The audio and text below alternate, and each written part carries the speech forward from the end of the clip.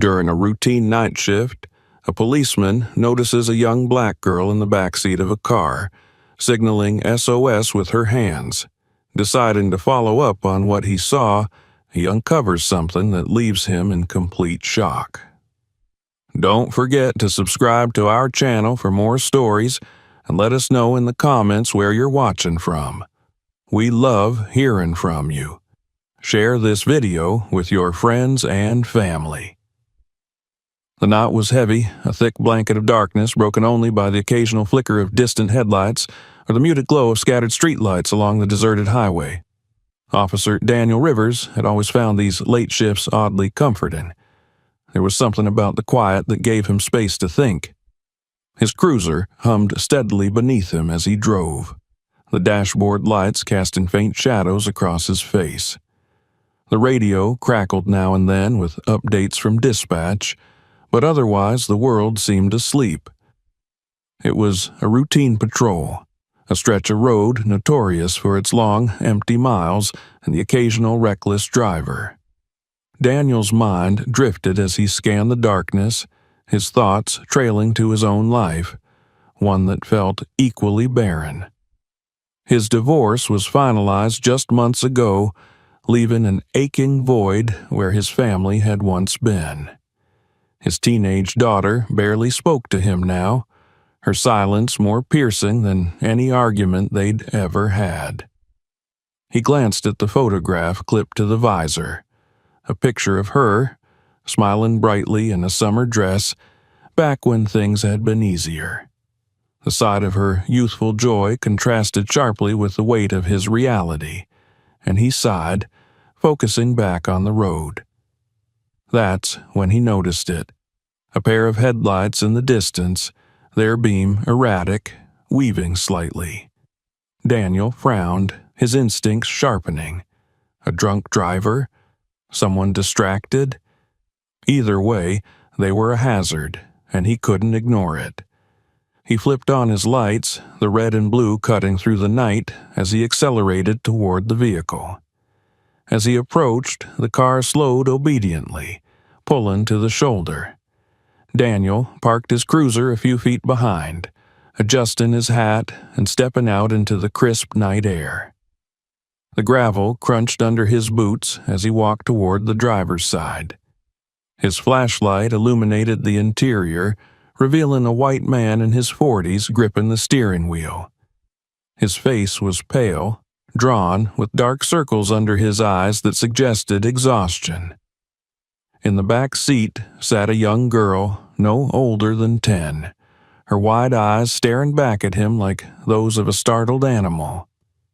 "Good evening," Daniel began, his voice steady and professional. "You were weaving a bit back there. Everything all right?" The man gave a tired smile, though it didn't reach his eyes. "Yeah, sorry about that. Just a long night. We're heading home." Daniel's gaze shifted to the girl. She was buckled in, clutching a small, worn teddy bear. Her skin was a deep brown, contrasting with the man's pale complexion. Her hair was tightly curled, and though she was silent, her eyes spoke volumes. Fear, unease, and something else he couldn't quite place. "License and registration, please," Daniel said, keeping his tone neutral. The man nodded, fumbling in the glove compartment before handing over the documents. "Name's Michael Harrison," he said. "This is my daughter, Amara." Daniel studied the paperwork under the beam of his flashlight. Everything seemed in order. Valid license, up-to-date registration, no outstanding warrants. Still, something gnawed at him. The girl hadn't said a word, and her gaze remained fixed on him, unblinking. "Amara," Daniel said gently, leaning slightly to catch her attention. "Are you okay?" Before the girl could respond, Michael interjected. "She's just tired. We've had a long day visiting family. You know how kids get." Daniel straightened, his eyes narrowing slightly as he regarded Michael. The man's smile seemed forced, and his hands gripped the steering wheel a little too tightly. There was tension here, something unspoken but palpable. "I'll be right back," Daniel said, taking the documents and walking back to his cruiser. Sitting behind the wheel of his patrol car, Daniel ran Michael's information through the system. Everything checked out. No criminal record, no outstanding tickets. By all accounts, Michael Harrison was an ordinary man on an ordinary night. But Daniel couldn't shake the feeling that something was off. He looked up at the car ahead, his gaze settling on the girl. She was staring out the window now, her hands fidgeting with the bear in her lap. Her movements were small, deliberate, almost rhythmic. It was then that he noticed her fingers, tapping, folding, moving in patterns. His heart skipped a beat as recognition dawned. It wasn't random fidgeting. She was signing something. SOS. The realization hit him like a jolt of electricity.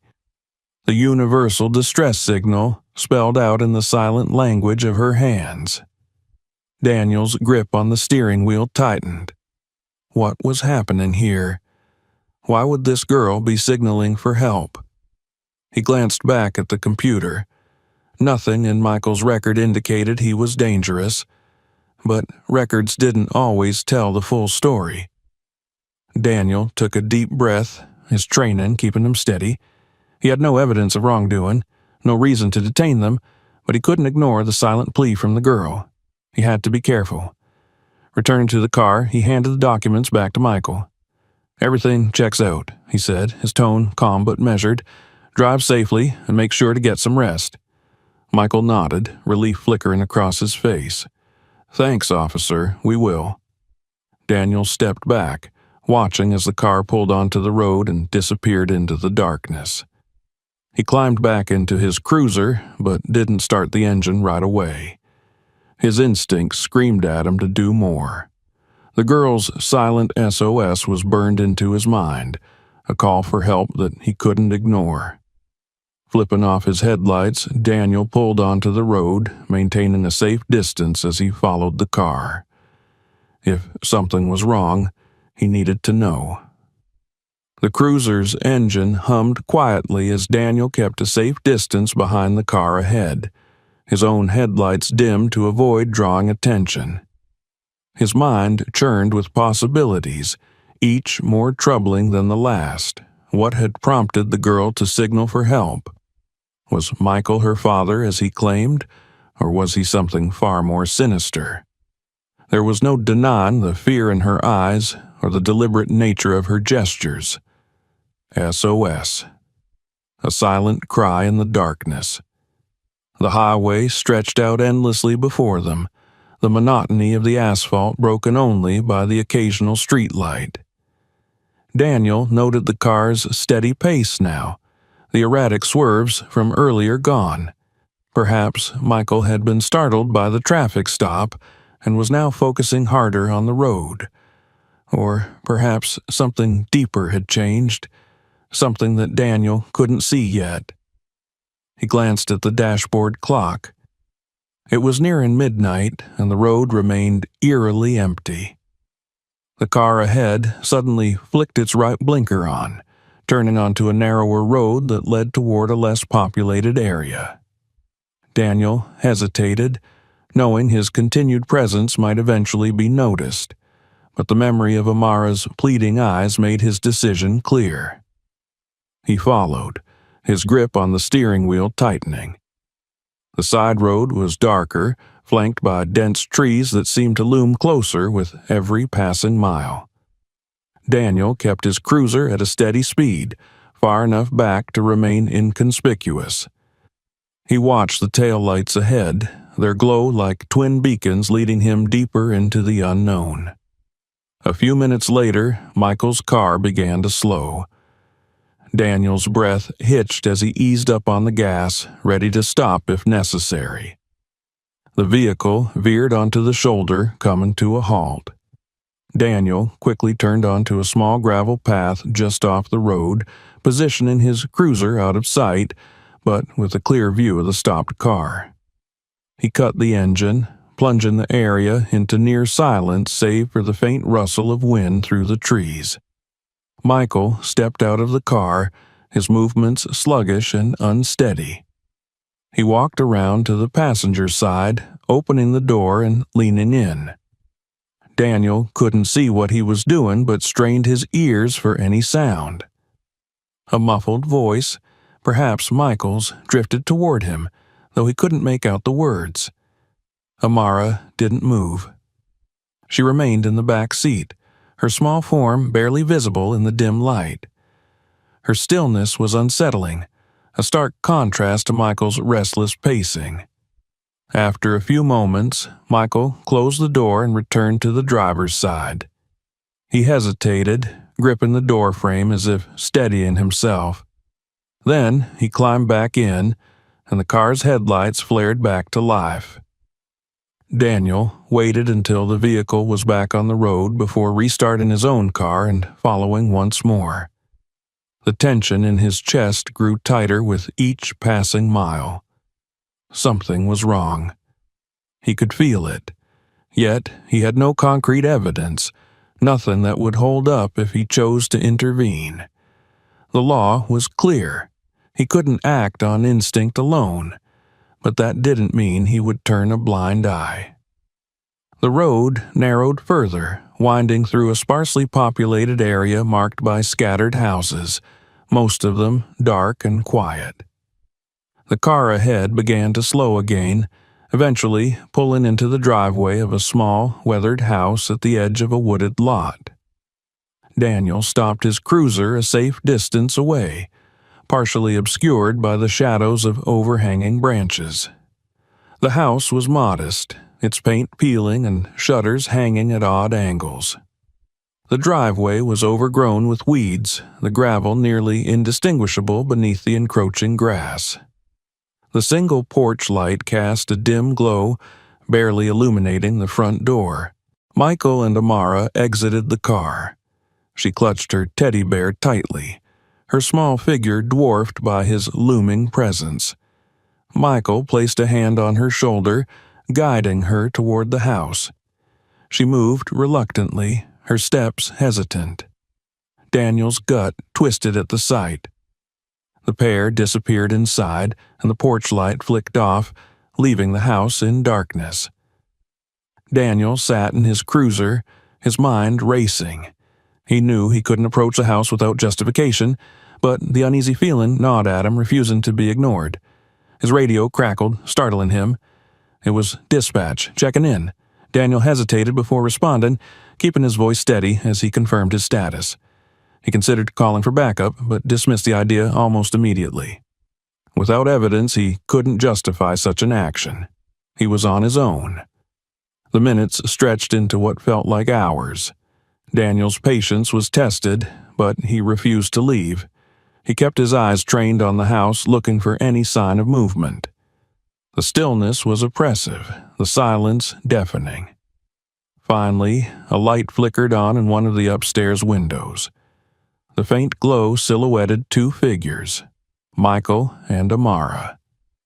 They stood close together, the man's posture towering over the girl. Daniel's grip on the steering wheel tightened as he watched. Michael appeared to be speaking, his gestures animated, while Amara remained still. The scene was too far away for Daniel to discern details, but the tension was palpable even from his vantage point. Then, suddenly, the light went out. Daniel's heart raced. Every instinct screamed at him to act, but his training held him back. He couldn't storm into the house without cause. Still, the image of Amara's small frame against Michael's imposing figure lingered in his mind, a haunting reminder of her silent plea. Moments later, the front door opened. Michael stepped onto the porch, his movements deliberate. He lit a cigarette, the glowing ember casting faint light on his face. He appeared calmer now, more composed, though Daniel couldn't shake the feeling that it was a facade. After a few minutes, Michael stubbed out the cigarette and returned inside, locking the door behind him. The house fell dark once more, leaving Daniel alone with his thoughts. He knew he couldn't stay here forever, but the unease rooted him in place.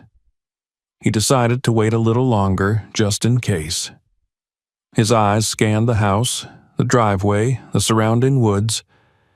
He was looking for anything, a flicker of movement, a sound, a reason to step in. But the night remained still. The air felt heavy as Daniel remained parked near the shadowed house, his hands gripping the steering wheel tightly. Minutes ticked by, each one feeling like an hour. He couldn't shake the image of Amara's small, motionless figure silhouetted in the upstairs window. Her silent SOS echoed in his mind, each gesture a haunting reminder that she believed she was in danger. A part of him wanted to march up to the door, knock, and demand answers, but his training held him back. There was no evidence, no probable cause to justify such an action. All he had was instinct, and instincts weren't admissible in court. Still, his gut told him to stay, to watch, and to wait. Just as he contemplated how long he could linger without raising suspicion, the house suddenly came alive again. The porch light flickered on, and the front door opened. Daniel leaned forward, his pulse quickening. Michael appeared, his silhouette backlit by the warm glow of the interior. Amara followed close behind, her head bowed, her teddy bear clutched tightly to her chest. Michael guided her toward the car, his hand resting heavily on her shoulder. She moved slowly, almost reluctantly. Daniel's jaw tightened as he watched the two climb back into the vehicle. The engine roared to life, and the car backed out of the driveway, its taillights disappearing into the darkness. Daniel waited a beat before starting his cruiser.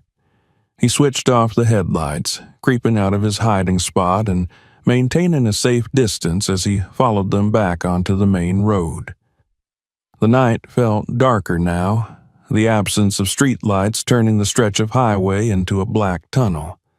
The only signs of life were the faint glow of Michael's taillights ahead and the hum of Daniel's own engine. The car ahead seemed steady at first, its movements controlled and predictable. But soon, Daniel noticed subtle signs of erratic behavior, small swerves to the left, then to the right. The vehicle's speed fluctuated, slowing almost to a crawl before jerking forward again. Daniel's heart sank. Something was wrong. He flipped on his dashboard camera, ensuring everything was recorded. His instincts screamed at him to act, but he held back, hoping Michael would correct his course. The road ahead curved sharply, the kind of turn that demanded a steady hand. Michael's car didn't adjust. Instead, it veered wide, skidding onto the shoulder. "Damn it," Daniel muttered, slamming his cruiser into gear and flipping on his lights. But before he could close the distance, Michael's car swerved sharply back onto the road, tires screeching as it overcorrected. The vehicle spun, its headlights flashing wildly before careening off the pavement and into a shallow ditch. There was a sickening crunch of metal as the front end collided with a weathered utility pole. Daniel's training kicked in instantly. He radioed for backup and an ambulance as he pulled to a stop behind the wreckage. Grabbing his flashlight, he bolted from the cruiser, the cold night air biting at his face. His boots pounded against the asphalt as he approached the crumpled car, his heart racing with a mix of urgency and dread. The front of the car was a mangled mess of metal and glass. Smoke hissed from the engine, curling upward into the night. Daniel shone his flashlight into the driver's seat. Michael was slumped forward, his head resting against the steering wheel. Blood trickled down his temple, staining the collar of his shirt. "Sir, can you hear me?" Daniel shouted, his voice cutting through the stillness. Michael groaned faintly, but didn't lift his head. Daniel's flashlight moved to the back seat. Amara sat frozen, her seatbelt still fastened. Her wide eyes stared at him, glistening with tears. The teddy bear she clung to earlier was now wedged between her and the door. Her small hands trembled as she reached up, fumbling with the seatbelt buckle. "Hold on, sweetheart. I've got you," Daniel said, his tone softening. He yanked open the back door, the metal groaning in protest. Amara flinched but didn't resist as he reached in. Her seatbelt had jammed, refusing to release her.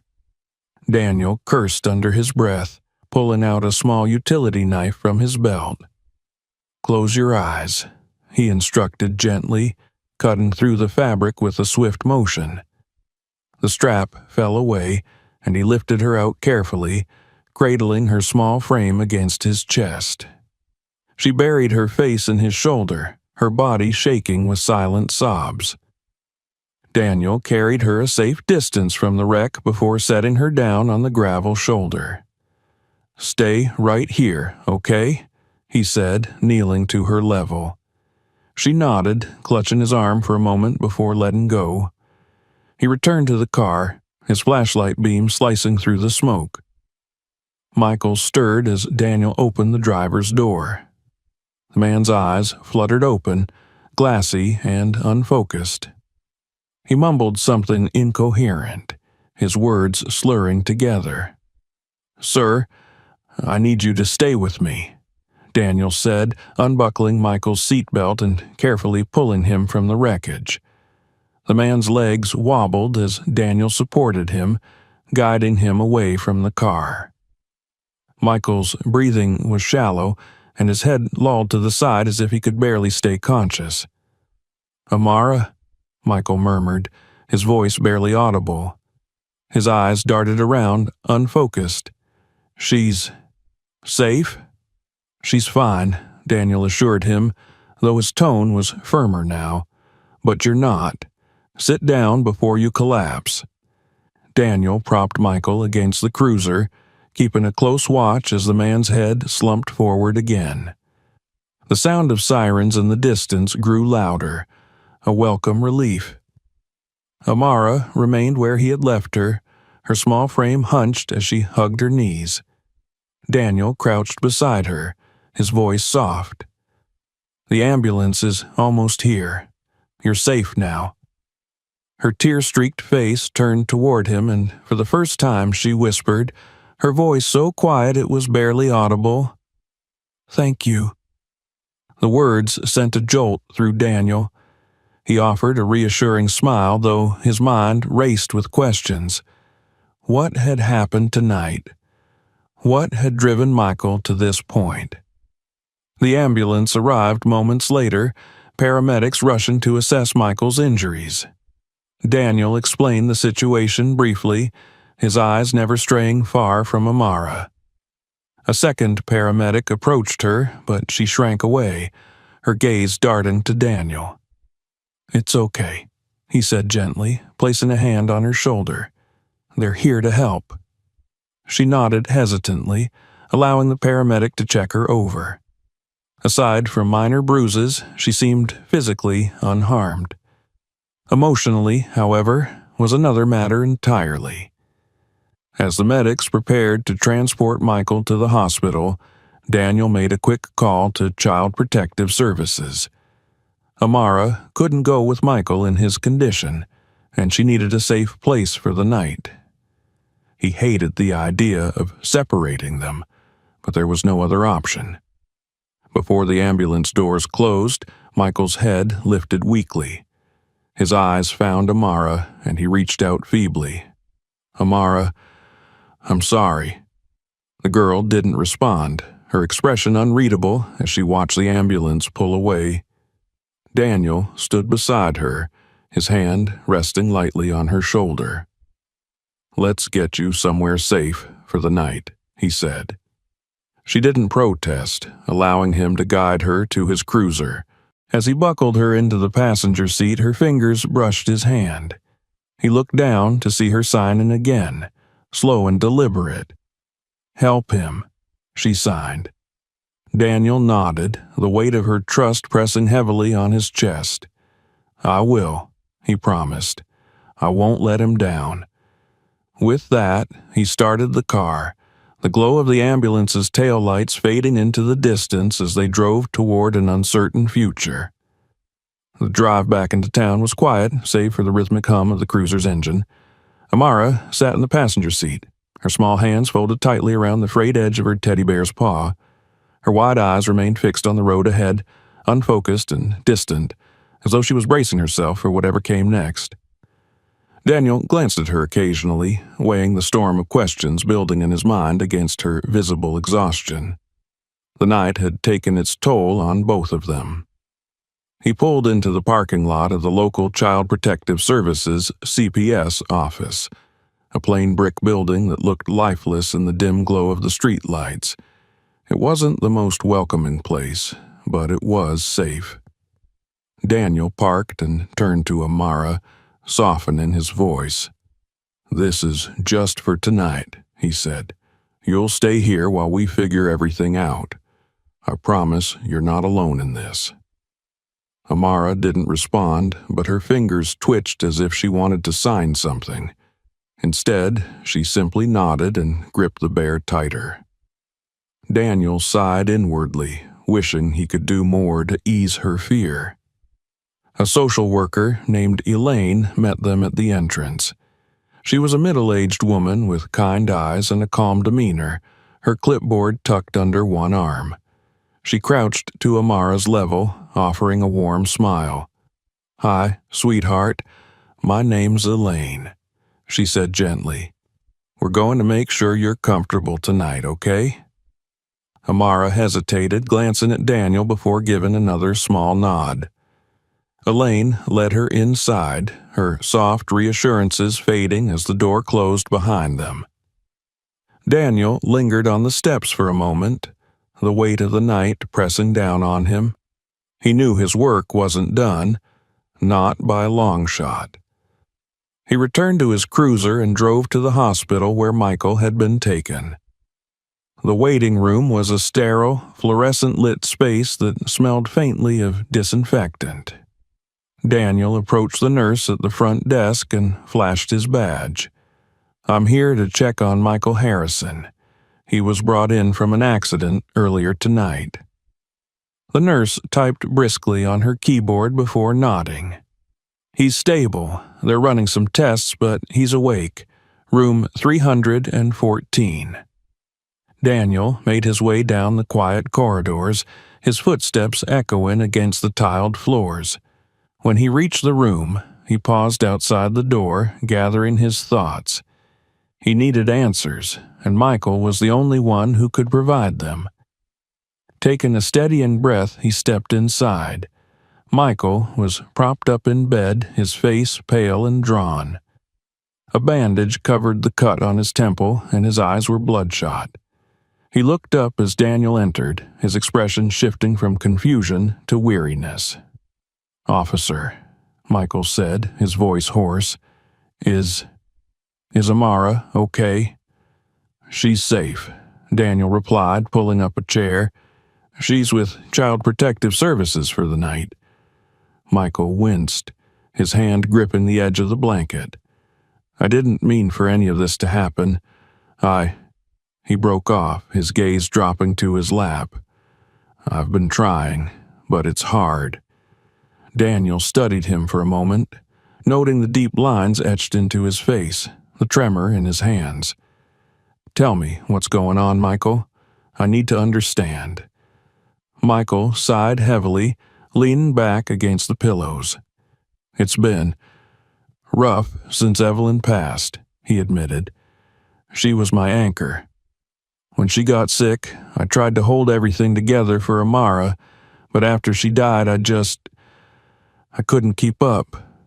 The bills piled up, I lost my job. I started hearing things, seeing things that weren't there." His voice cracked, and he rubbed a hand over his face. "I know I've scared her.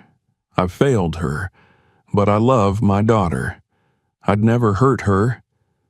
The sincerity in Michael's voice was impossible to ignore, but so was the weight of his confession. Daniel leaned forward slightly, his tone steady but firm. "She signaled for help, Michael. She's scared. You might not mean to hurt her, but your actions, your instability, are putting her in danger." Michael's shoulders sagged, the truth of Daniel's words hitting him hard. "I know," he whispered. "I know." Daniel sat back, his mind racing. It was clear that Michael wasn't malicious, but his condition was a serious problem. "Have you sought help? Therapy? Medication?" Michael shook his head. "I've been too ashamed. People already look at me like I'm broken. I didn't want them to think I couldn't take care of my own child." "Getting help doesn't make you weak," Daniel said firmly. "It's the only way you're going to get through this, and the only way to keep Amara safe." Michael didn't respond, but his silence felt like a small concession. The following morning, Daniel sat in his office at the station, poring over Michael's background. He dug through public records, reaching out to colleagues and old contacts for information. Michael's story checked out. He had been a devoted husband and father before Evelyn's death. The neighbors described him as a quiet, hard-working man who adored his wife and daughter. But after Evelyn's passing, things took a downward spiral. Late-night arguments with himself, sudden absences from work, and a growing list of unpaid bills painted a grim picture. Daniel also discovered that Evelyn had been the cornerstone of their family. She was a teacher, beloved by her students, and an advocate for foster children. The loss of someone so vibrant and steady would have shaken anyone, let alone a man unprepared to shoulder the weight of grief alone. As he compiled the information, a call came in from Elaine at CPS. "Officer Rivers, I thought you should know that Amara opened up a bit this morning. She told me about some of the things Michael's been saying. The voices he hears, the fear he has that someone is going to take her away. She doesn't feel safe, but she also doesn't want to lose him. It's complicated." Daniel closed his eyes briefly, the ache in his chest growing. "Thanks for letting me know. I'll be in touch." Hanging up, he sat back, his thoughts swirling. Michael was a man on the edge, but he wasn't beyond saving. Amara's loyalty to her father was clear, even amid her fear. The bond between them was strong, but it was strained to its breaking point. Daniel knew what he had to do. Later that day, Daniel returned to the hospital, armed with the information he'd gathered. He found Michael sitting up in bed, staring blankly out the window. The man's fatigue was palpable, but there was a flicker of hope in his eyes when he saw Daniel. "I've been doing some digging," Daniel said, pulling a chair up to the bedside. "You have people who care about you, Michael. People who remember the man you were before all this. They want you to succeed, and so does Amara." Michael's eyes widened slightly at the mention of his daughter. "She still trusts me?" "She wants to," Daniel said carefully. "But trust isn't just about words. It's about action. You need help, Michael. Professional help. Therapy, medication, whatever it takes to get you back on your feet." Michael swallowed hard, his hands trembling in his lap. "And if I don't?" "Then you risk losing her for good," Daniel said bluntly. "I'm not saying this to scare you. I'm saying it because you still have a chance to make things right. But you have to take that step." Michael nodded slowly, tears welling in his eyes. "I'll do it," he said hoarsely. "For her. For Amara." It wasn't a solution, but it was a start, and for the first time in a long time, Daniel felt like he was helping to piece together something broken, rather than just documenting its fall. Michael's quiet commitment to seeking help was a pivotal moment, but for Daniel, it was only the beginning of a long road. Promises were easy to make when desperation loomed, but keeping them required strength and consistency, traits that had eroded under the weight of Michael's grief and instability. As Daniel left the hospital that day, the gravity of the situation settled heavily on him. Amara's safety depended on her father's ability to heal, and there was no room for failure. The next morning, Daniel returned to the station to begin the next steps. He reached out to local social services and mental health professionals, leveraging every contact he had. If Michael was serious about change, Daniel would ensure he had the resources to make it happen. Therapy sessions, medication plans, and a structured routine were all critical pieces of the puzzle. The first challenge, however, was ensuring Michael could maintain custody of Amara while proving he was capable of caring for her. Child Protective Services was hesitant. Amara's safety was their top priority, and they needed concrete evidence that Michael was stable enough to provide a secure environment. Daniel met with Elaine from CPS later that afternoon in her small, cluttered office. The walls were lined with binders and paperwork, a testament to the countless families who had passed through her care. She offered him a tired smile as he entered. "Officer Rivers, I appreciate your involvement," Elaine said, gesturing for him to sit. "But I hope you understand how delicate this situation is. We can't take risks with Amara's well-being." "I understand," Daniel said, his tone resolute, "but I've spoken with Michael. He's agreed to start therapy and take steps to address his mental health. He knows what's at stake." Elaine folded her hands on the desk, her expression thoughtful. "That's a good start, but it's not enough. We need to see progress, measurable, sustained progress. Until then, Amara will remain in temporary care." Daniel nodded. "Fair enough. I'll work with him to make sure he follows through." Elaine sighed. "You're putting a lot of faith in this man." "I've seen worse situations turn around," Daniel replied, "and I'm not giving up on him or his daughter." Over the next several weeks, Michael began attending therapy sessions twice a week. The sessions were grueling at first, dredging up painful memories of Evelyn's illness and the guilt he carried over his perceived failures as a husband and father. His therapist, Dr. Hayes, was patient but firm, guiding him through the tangled web of his grief and fears. Daniel made it a point to check in with Michael regularly, visiting him at his apartment, a modest, somewhat cluttered space that spoke of a life interrupted. He noticed small signs of improvement. Dishes washed and put away, the blinds drawn to let in sunlight, a few family photos dusted and placed prominently on the shelves. During one visit, Michael gestured to a picture of Evelyn and Amara, taken at a park years earlier. Evelyn's warm smile and Amara's carefree laugh seemed like echoes of a distant past. "She was the glue that held us together," Michael said quietly, his fingers brushing the frame. "I always thought I'd be strong enough to handle anything for Amara, but when Evelyn died—" His voice trailed off, his eyes misting. "You're stronger than you think," Daniel said, "and you're showing that by doing the work now. Amara needs you, but she also needs you to be stable."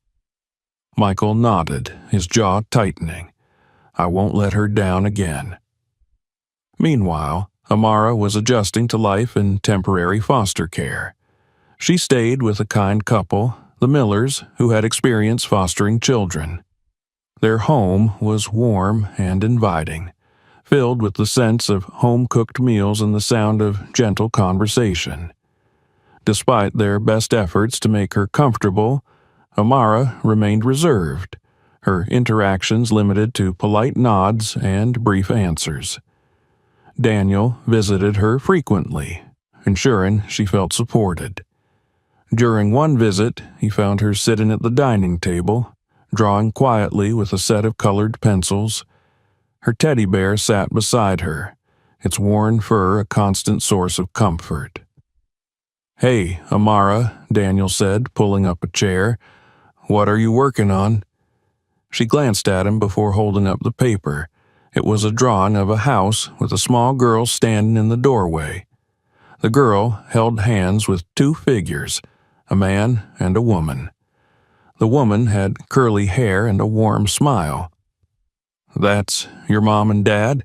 Daniel asked gently. Amara nodded, her eyes flickering with a mix of sadness and longing. "They love you very much," Daniel said. "Your dad is working really hard right now because he wants to be the best he can for you." Amara hesitated before signing. "Does he still hear the voices?" Daniel paused, carefully choosing his words. "He's getting help for that. It's going to take time, but he's doing it because he wants to make things better for you." She studied him for a moment before signing again. "I miss him." Daniel's chest tightened. "He misses you too," he said, "and he's doing everything he can to bring you home." As the weeks turned into months, Michael's progress became increasingly evident. His therapy sessions were consistent, and he began taking medication to manage his symptoms. He also started attending a support group for widowed parents, finding solace in the shared experiences of others who had faced similar struggles. Dr. Hayes provided regular updates to CPS, noting Michael's commitment to the process and his gradual improvement. Elaine began to soften her stance, agreeing to supervised visits between Michael and Amara. The first visit took place in a neutral setting, a bright, cheerful room at the CPS office filled with toys and books. Daniel was present, his role both supportive and observational. Michael arrived first, his nervous energy palpable as he paced the room. When Amara entered, clutching her teddy bear, he froze, his eyes welling with tears. "Amara," he whispered, kneeling to her level. "Hi, sweetheart." She hesitated, her gaze flickering between him and Daniel before taking a cautious step forward. Michael opened his arms, and after a moment's hesitation she ran into them, burying her face in his chest. "I missed you so much," he murmured, holding her tightly. "I'm so sorry, baby. I'm going to do better, I promise." Daniel watched the scene unfold, a faint smile tugging at his lips. It was a small victory, but a meaningful one. The visits became more frequent, each one building trust and rekindling the bond between father and daughter. Amara began to open up, sharing stories about her foster home and showing Michael her drawings. He listened intently, his attention fully on her in a way that seemed to heal some of the fractures in their relationship. For Daniel, witnessing their progress was both rewarding and humbling. He knew there were no guarantees, but he also knew that love and determination had the power to overcome even the deepest wounds. As Michael continued to prove himself, Elaine and CPS began discussing the possibility of reuniting him with Amara. It would be a gradual process, monitored closely to ensure her safety and well-being. The final decision, however, rested with the family court, which would convene in a few weeks. Daniel felt a renewed sense of purpose as he prepared to testify on Michael's behalf. He believed in the man's capacity for change and the importance of keeping families together whenever possible. Amara deserved a stable, loving home, and he was determined to help her find it. The courtroom was a study in contrasts. Bright fluorescent lights illuminated the space, yet a palpable heaviness hung in the air. Rows of wooden benches creaked as people shifted nervously in their seats. At the front of the room, a somber-faced judge presided over the proceedings, her gavel resting silently on the polished surface of the bench. Daniel sat near the back, his heart pounding despite his calm exterior. He had spent weeks preparing for this moment, ensuring every piece of evidence and testimony was in place to support Michael Harrison's case. This hearing was critical. It would determine whether Michael would regain custody of Amara or if she would remain in the foster system indefinitely. Michael sat at the defendant's table, his posture stiff and his hands clasped tightly in front of him. He wore a neatly pressed suit, the first sign of his growing stability. His face was a mixture of determination and anxiety, his eyes darting toward the door every few moments, as if willing Amara to appear. To his right, Elaine from CPS sat with a folder brimming with reports. She offered Michael a reassuring nod, though her expression remained professional. On the other side of the room, Amara sat quietly beside her temporary foster mother, Mrs. Miller. The little girl clutched her teddy bear, her wide eyes scanning the unfamiliar surroundings. She looked so small in the vastness of the courtroom, a stark reminder of the stakes. When the judge called the hearing to order, the room fell silent. The proceedings began with a review of the case file. The CPS attorney outlined the events leading up to the hearing: Evelyn Harrison's death, Michael's subsequent instability, the car accident, and Amara's temporary placement in foster care. It was a damning timeline, but one that also included a glimmer of hope: Michael's efforts to seek help and rebuild his life.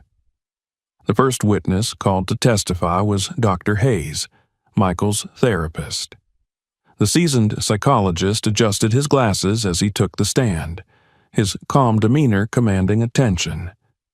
"Dr. Hayes," the CPS attorney began, "can you speak to Mr. Harrison's progress in therapy?" "Of course," Dr. Hayes replied. "When Mr. Harrison first came to me, he was in a state of deep psychological distress. He had unresolved grief over the loss of his wife, compounded by financial and emotional pressures.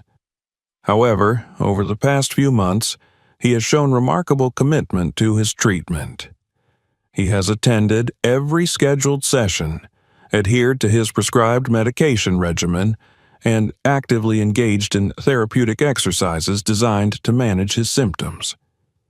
Would you say he is fit to resume full custody of his daughter?"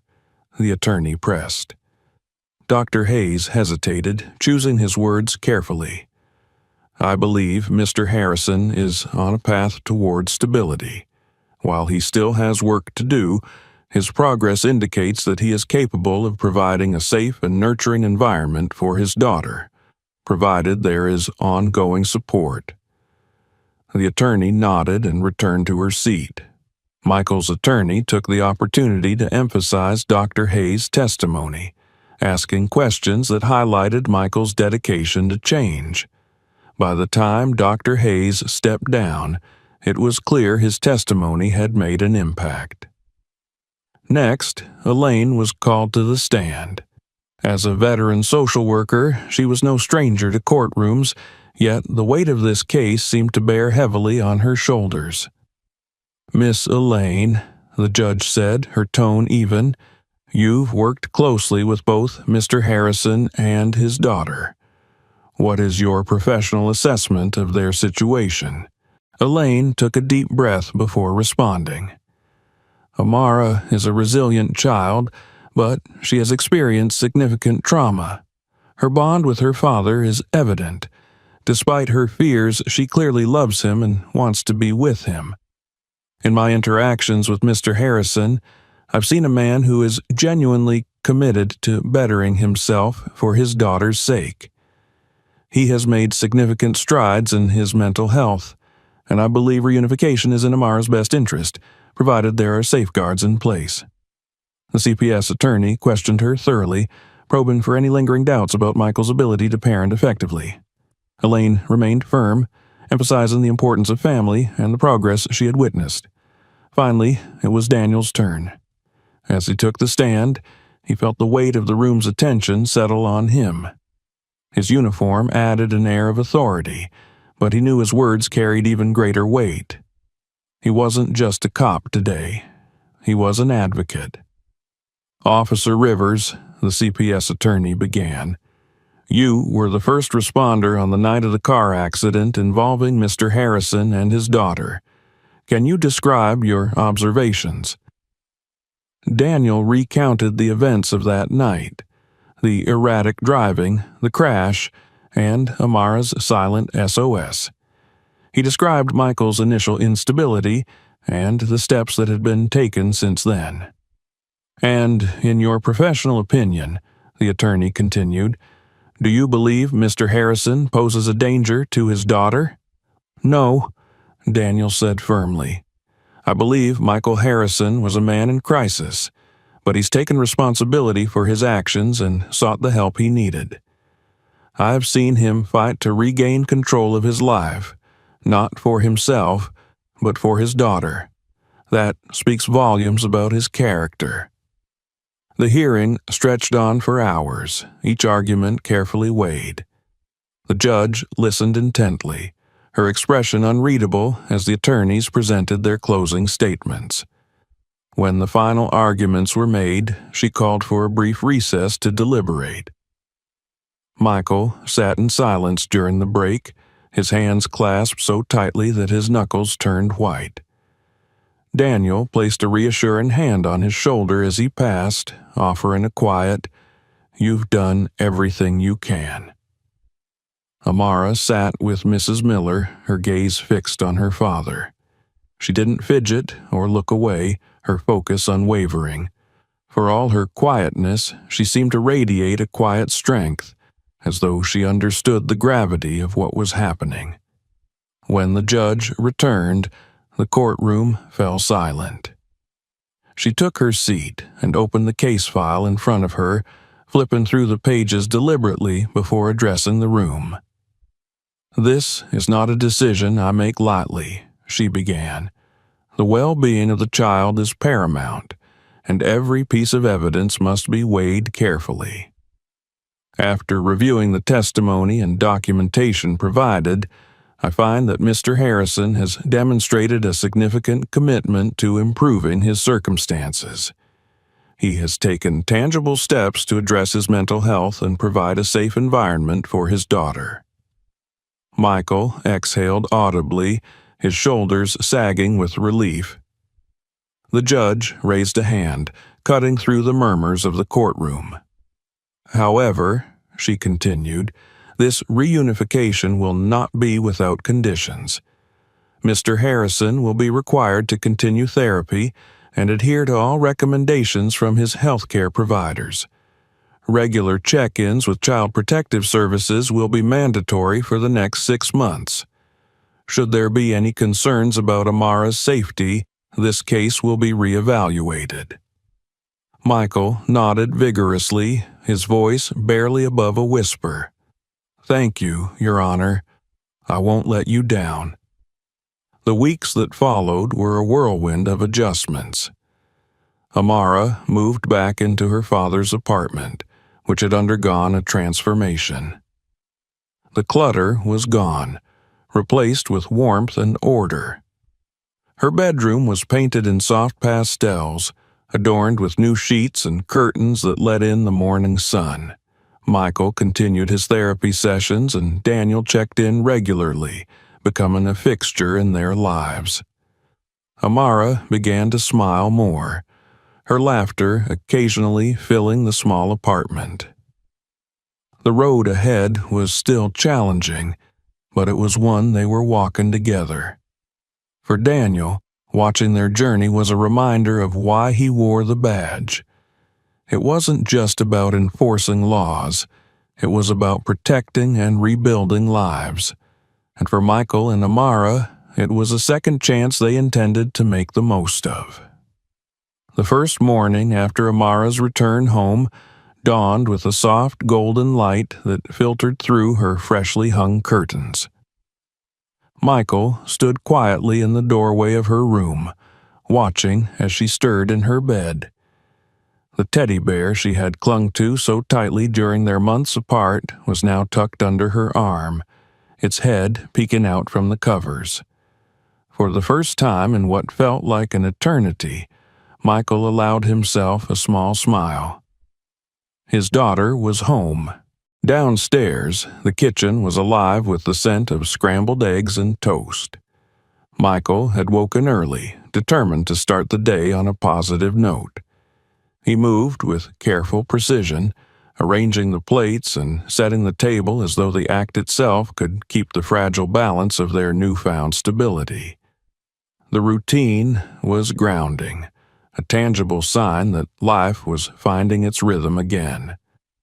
When Amara finally came downstairs, her steps were tentative, her eyes scanning the room as if expecting something to go wrong. Michael turned from the stove, his smile widening. "Morning, sweetheart," he said, keeping his voice light. "Breakfast is almost ready. Sit wherever you'd like." Amara hesitated before sliding into a chair, her small hands resting in her lap. She watched as Michael placed a plate of eggs and toast in front of her, followed by a glass of orange juice.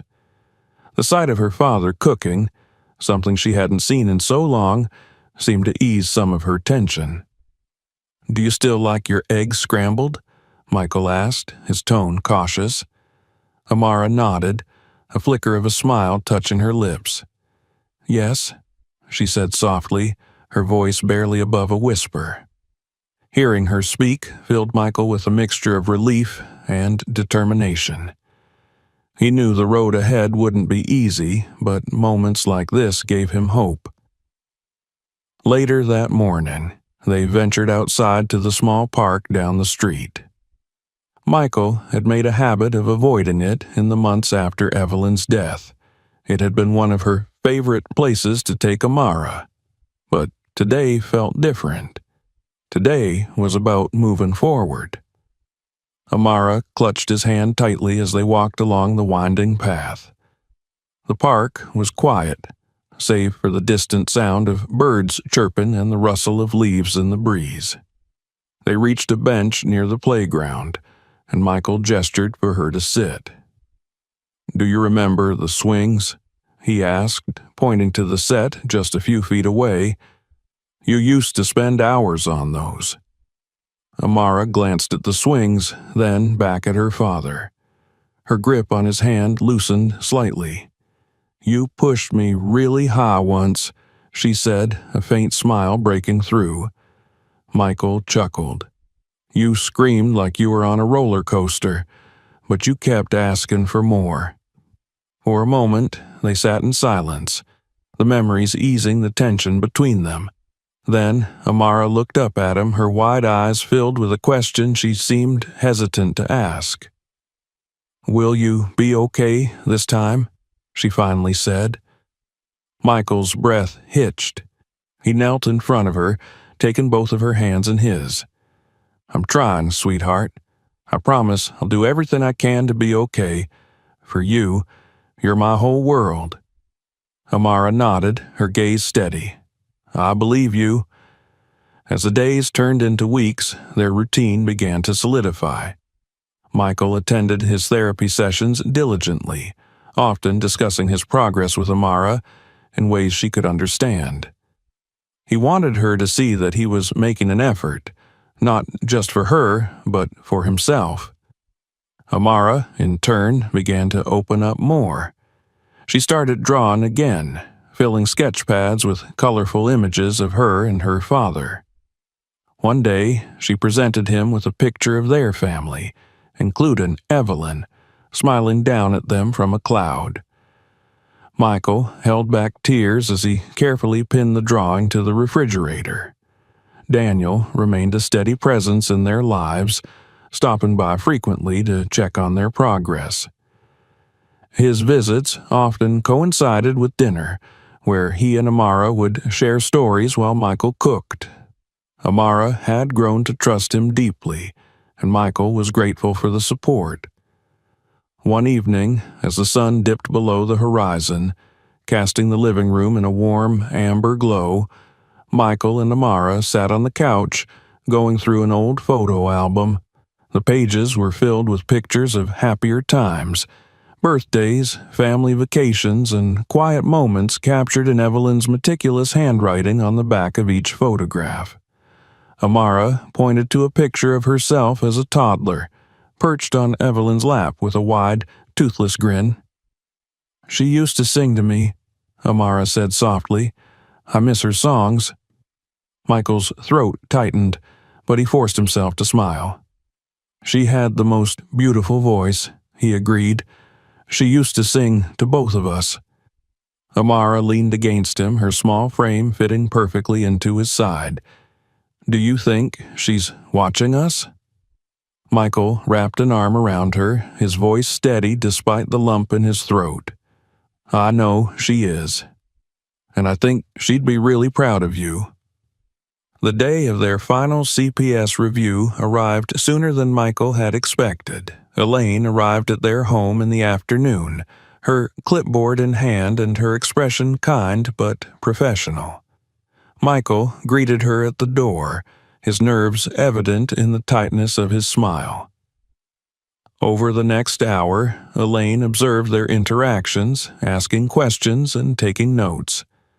Amara answered with confidence, her trust in her father clear in the way she spoke about him. Michael remained calm, his responses honest and reflective. When Elaine finally closed her clipboard, she looked at Michael with a small smile. "You've come a long way," she said. "I'll be recommending that the oversight period end early. I believe you're ready to move forward without additional supervision." Michael's relief was palpable. "Thank you," he said, his voice thick with emotion. Elaine knelt to Amara's level. "You've been so brave, sweetheart. Your dad is very lucky to have you." Amara smiled shyly, glancing up at her father. "I'm lucky too." That evening, they celebrated with a quiet dinner at home. Amara insisted on helping Michael cook, her laughter filling the kitchen as she spilled flour on the counter. By the time they sat down to eat, the air between them was light, the weight of the past months finally lifting. After dinner, they ventured back to the park. The sky was painted with hues of orange and pink as the sun set, casting long shadows across the grass. Amara ran ahead to the swings, her joy infectious as she called for Michael to push her. As he stood behind her, gently pushing her higher and higher, Michael felt a sense of peace he hadn't known in years. The darkness that had once consumed him no longer felt insurmountable. He had found his way back to the light, back to the family he thought he had lost. When Amara finally tired, they sat together on the bench, watching the stars begin to appear in the night sky. She leaned her head against his shoulder, her voice soft as she spoke. "We're okay now, right?" she asked. Michael kissed the top of her head, his answer unwavering. "We're more than okay. We're a team." And as the stars shone down on them, Michael knew they had found their new beginning, a life rebuilt from love, resilience, and the unbreakable bond between a father and his daughter. Thank you for watching this story to the end. If you enjoyed it, don't forget to hit that subscribe button and turn on notifications so you never miss our next story. Share this video with your friends and family. It means the world to us and helps us bring more stories to life.